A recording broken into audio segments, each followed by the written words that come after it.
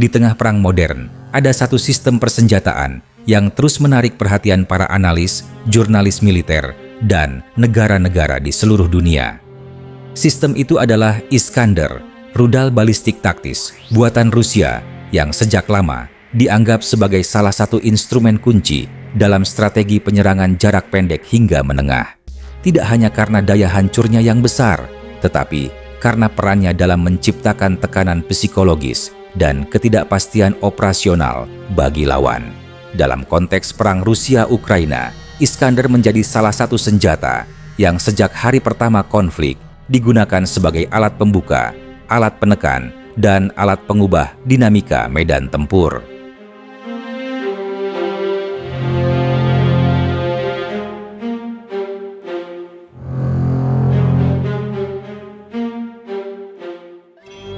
Iskander atau 9K720 adalah sistem rudal balistik taktis yang diluncurkan dari kendaraan peluncur bergerak. Setiap unit membawa 2 rudal yang dapat ditembakkan secara berurutan, memberi fleksibilitas tinggi dalam operasi cepat.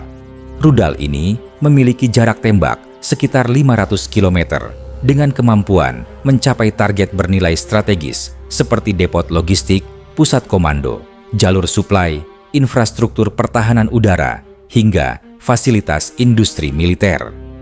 Dirancang dengan lintasan kuasi balistik dan kemampuan manuver tinggi, Iskander dibuat secara spesifik untuk menyulitkan sistem pertahanan udara lawan dalam melacak, mengunci, dan menembaknya. Kehadiran varian Iskander M untuk Angkatan Darat dan Iskander K untuk rudal jelajah menambah kerumitan dalam pertempuran. Target tidak pernah tahu apakah yang datang adalah rudal balistik supersonik atau rudal jelajah yang terbang rendah. Kombinasi elemen inilah yang menjadikan Iskander bukan sekadar alat serang, tetapi alat untuk membangun dominasi ruang tempur.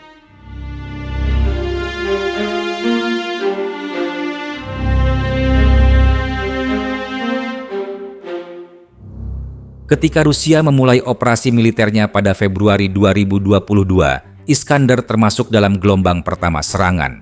Serangannya diarahkan ke berbagai target yang dianggap memiliki nilai strategis tinggi bagi Ukraina, mulai dari fasilitas radar hingga pusat komunikasi.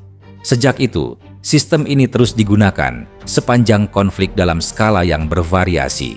Jumlah pasti peluncuran atau unit yang dikerahkan tidak sepenuhnya jelas karena perbedaan laporan dari masing-masing pihak.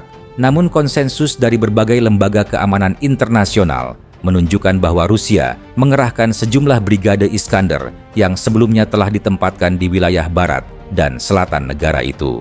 Dalam berbagai rekaman medan tempur, peluncuran Iskander terlihat diarahkan pada pusat logistik, gudang amunisi, dan fasilitas pertahanan udara Ukraina, sebuah pola yang konsisten dengan doktrin operasionalnya.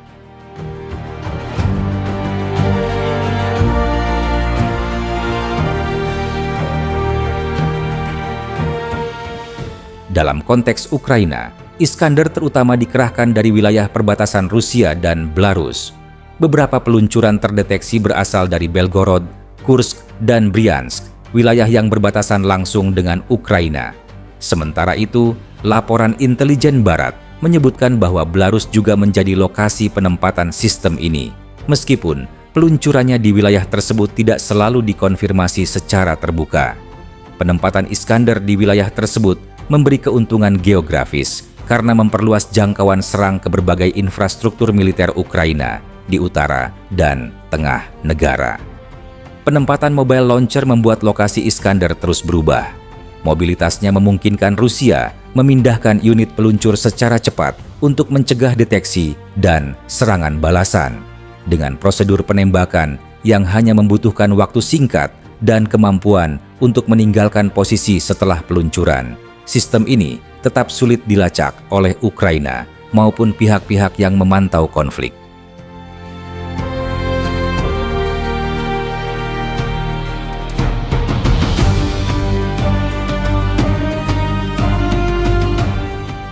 Bagi Ukraina, Iskander bukan hanya ancaman teknis, tetapi ancaman strategis. Kemampuan manuver rudal dan kecepatannya membuat sistem ini sulit dicegat, bahkan oleh pertahanan udara modern. Selain itu, Akurasinya memungkinkan Rusia menyerang target yang selama ini dianggap cukup aman di belakang garis depan. Dampak psikologisnya pun besar. Kehadiran sistem ini menciptakan tekanan tambahan terhadap upaya Ukraina mempertahankan stabilitas logistik dan kontrol wilayah. Setiap serangan Iskander menimbulkan ketidakpastian. Apakah sasaran berikutnya adalah fasilitas pertahanan udara, pusat komando, atau infrastruktur kritis seperti pembangkit listrik dan jalur kereta api?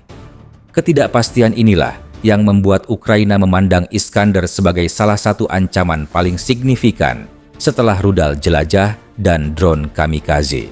Namun penting juga untuk memahami bahwa penggunaan Iskander tidak berarti jaminan kemenangan. Rudal ini adalah alat dalam sistem operasi yang jauh lebih luas dan efektivitasnya tetap dipengaruhi oleh kualitas intelijen, kemampuan serangan lanjutan, serta respon pertahanan lawan.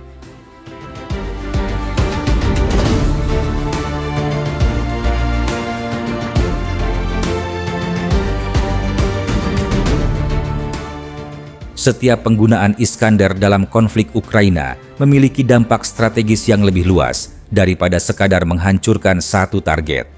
Penggunaan sistem ini menunjukkan bahwa Rusia masih mempertahankan cadangan amunisi strategis dan bersedia memakainya dalam konflik berkepanjangan. Bagi negara-negara Barat, peluncuran-peluncuran ini memberikan indikator mengenai tingkat kesiapan dan cadangan kekuatan rudal Rusia. Analisis terhadap pola serangan Iskander juga membantu memahami prioritas operasi Moskow. Di sisi lain, bagi Ukraina, keberadaan sistem ini memaksa perubahan strategi pertahanan. Mereka harus memindahkan fasilitas kritis lebih sering, membangun sistem penyamaran baru, memperkuat pertahanan udara berlapis, dan mengalokasikan sumber daya untuk melacak aktivitas peluncur bergerak Rusia yang berpindah-pindah. Ini menimbulkan tekanan logistik dan taktis yang berkelanjutan.